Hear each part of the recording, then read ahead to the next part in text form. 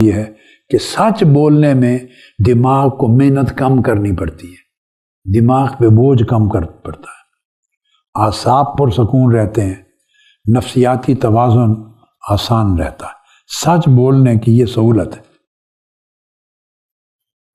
آپ پھر سوچیں گے، سوال کریں گے تو جھوٹ بولنے میں کیا ٹربل ہوتا ہے دماغ کو؟ ہاں، مختصراً یہ سمجھیں کہ انسان اگر جھوٹ بولتا ہے سچ کے مقابلے میں تو دماغ پر کام کا لوڈ بڑھ جاتا ہے۔ اس کو کوگنیٹو اوور لوڈ کہتے ہیں۔ دماغ کو بہت زیادہ کام کرنا پڑتا ہے، بہت زیادہ۔ کیا کام کرنا پڑتا ہے؟ مختصراً تو یہ، پھر میں تفصیلاً بھی سمجھاتا ہوں۔ سب سے پہلے تو دماغ کو، جو جھوٹ بولنے والا شخص ہے اس کے دماغ کو، چونکہ سچ اسے معلوم ہے، سچ کو دبانا پڑتا ہے، پہلے یہ کام کرنا پڑتا ہے دماغ کو۔ پھر جھوٹ کے لیے فرضی کہانی گڑھنی پڑتی ہے۔ پھر چونکہ جھوٹ ہے، اس کے دماغ کے اصل سٹوریج میں اس کی یادداشت نہیں تھی، وہ گڑھی گئی ہے، پھر اس کو یاد رکھنے کے لیے دماغ کو ایکسٹرا محنت کرنی پڑتی ہے۔ پھر کہیں وہ جھوٹ پکڑا نہ جائے، مزید پروٹیکٹیو فرائض انجام دینے پڑتے ہیں، تو دماغ کو بہت زیادہ محنت کرنی پڑتی ہے جھوٹ کی خاطر۔ اب میں تھوڑی اس کی تفصیل میں جاتا ہوں تاکہ آپ اس کی سائیکولوجیکلی اور نیورولوجیکلی اس کی تہ کو سمجھ سکیں اور بات جم جائے آپ کے ذہن میں۔ اور صرف اتنی باتیں بتا رہا ہوں جو 100% سائنٹیفکلی اسٹیبلشڈ، جنہیں کوئی جھٹلا نہیں سکتا، مبالغے کی باتیں نہیں۔ یعنی سائنسی تحقیق میں ایک FMRI ہے۔ FMRI جو ہے اس کو کہتے ہیں functional magnetic resonance imaging. Functional magnetic resonance imaging, جیسے MRI کرواتے ہیں، ہم اپنا ٹیسٹ کرواتے ہیں اسکیننگ MRI سے پہلے F لگ جاتا ہے، فنکشنل۔ یہ دماغی اسکیننگ ٹیکنیک ہے، ایک دماغ کی ایک اسپیشل قسم کی اسکیننگ ہوتی ہے دماغ کی۔ ابھی اتنا سمجھ لیں، آگے سمجھاتا ہوں۔ سچ بولنے میں انسان کو راحت کیسے ملتی ہے، روحانی، جسمانی، ذہنی، نفسیاتی۔ اور وہ جو ذہنی، جسمانی، نفسیاتی راحت اس کے جسم کو راحت دیتی ہے، وہ اندر کی راحت اس کی طبیعت اور ضمیر کو اطمینان دیتی ہے، وہ اطمینان اسے خیر کے کام کی طرف راحت دیتا ہے۔ جھوٹ یہ سارے سکون کو برباد کر دیتا ہے۔ جھوٹا شخص کبھی باطن کا سکون انجوائے نہیں کرتا۔ ممکن ہے جو میں سمجھا رہا ہوں میری یہ تو سائنسی تحقیق بتاتی ہے، اس کو کوگنیٹو سائیکالوجی کا یہ فیلڈ ہے۔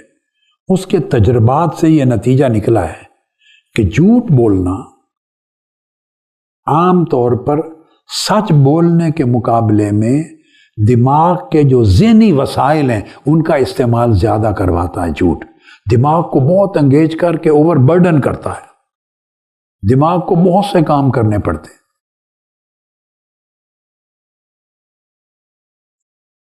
اب آپ سوچیں کہ وہ کون سے کام کرنے پڑتے ہیں؟ میں نے پہلے مختصر بتایا، اب میں آپ کو کوگنیٹو سائیکالوجی کی روشنی میں تھوڑا ایکسپلین کرتا ہوں تاکہ بات سمجھ آئے۔ نمبر 1، جھوٹ بولنے والے شخص کے لیے جو دماغ کو مشکل پیش آتی ہے بہت، نمبر 1، اصل سچ کو دبانا پڑتا ہے۔ پہلا کام دماغ کو کرنا پڑتا ہے کہ دماغ کو پتا ہے کہ سچ تو یہ تھا اور وہ اس کے پاس سٹور ہے۔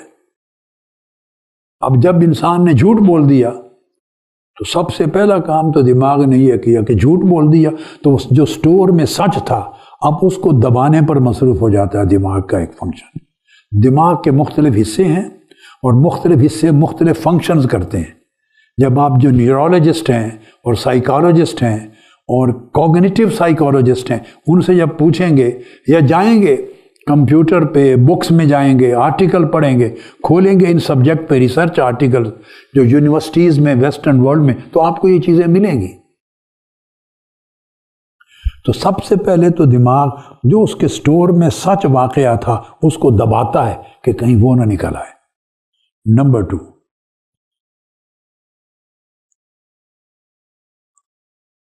اور ایک یہ چیز، اصل سچ کو یاد بھی رکھنا پڑتا ہے دماغ کو، پہلے اصل سچ کو یاد رکھنا پڑتا ہے تاکہ جب جھوٹ بولنے والا بولے تو درمیان میں اصل سچ نہ ٹپک پڑے، کہیں وہ 4 جملے سچ کے نہ نکل آئیں تو سچ میں خلط ملط ہو کے کوئی کھچڑی نہ پک جائے۔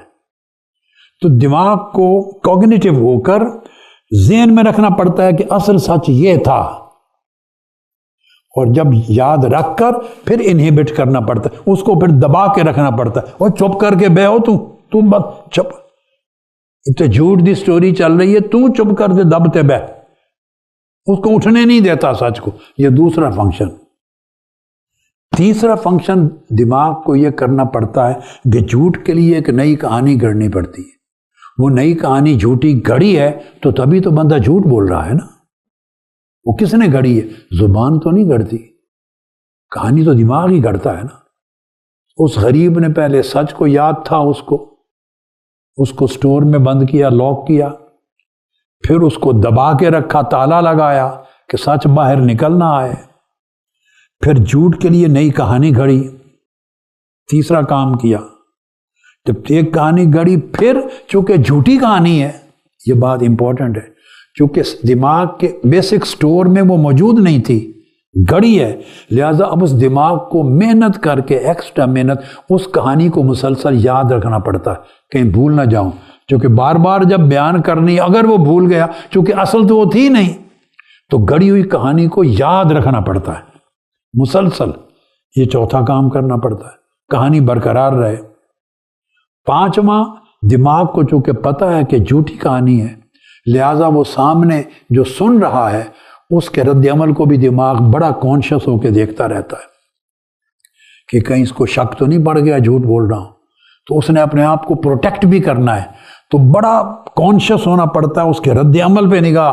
یہ سارے الگ الگ فنکشن ہیں دماغ کے، اور دماغ کے مختلف حصے یہ فنکشن انجام دیتے ہیں، سب حصے متحرک ہیں، تو اس کے رد عمل پہ بھی نگاہ رکھنی پڑتی ہے۔ پھر جو جھوٹ اس نے بول دیا ہے، کل بھی بات ہوگی، ہفتے بعد بھی ہوگی، مہینے بعد بھی ہوگی، سال بعد بھی ہوگی، پھر دماغ کو یہ بھی حفاظت کرنی پڑتی ہے کہ دوبارہ جب کبھی بات ہو تو جھوٹ کے ساتھ تضاد نہ آئے۔ یہ ایکسٹرا مصنوعی محنت کرنی پڑتی ہے، چونکہ سچ تو وہ ہے نہیں،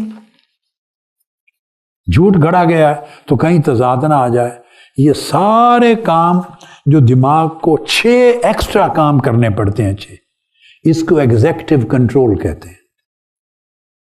یہ سارا ایگزیکٹو کنٹرول دماغ کو کرنا پڑتا ہے، اور یہ جو فرنٹل حصہ ہے انسان کا، پری فرنٹل کورٹیکس کہتے ہیں، یہ ماتھے کے آگے فرنٹ کا، اس حصے میں یہ ذہنی عمل تیز ہو جاتا ہے۔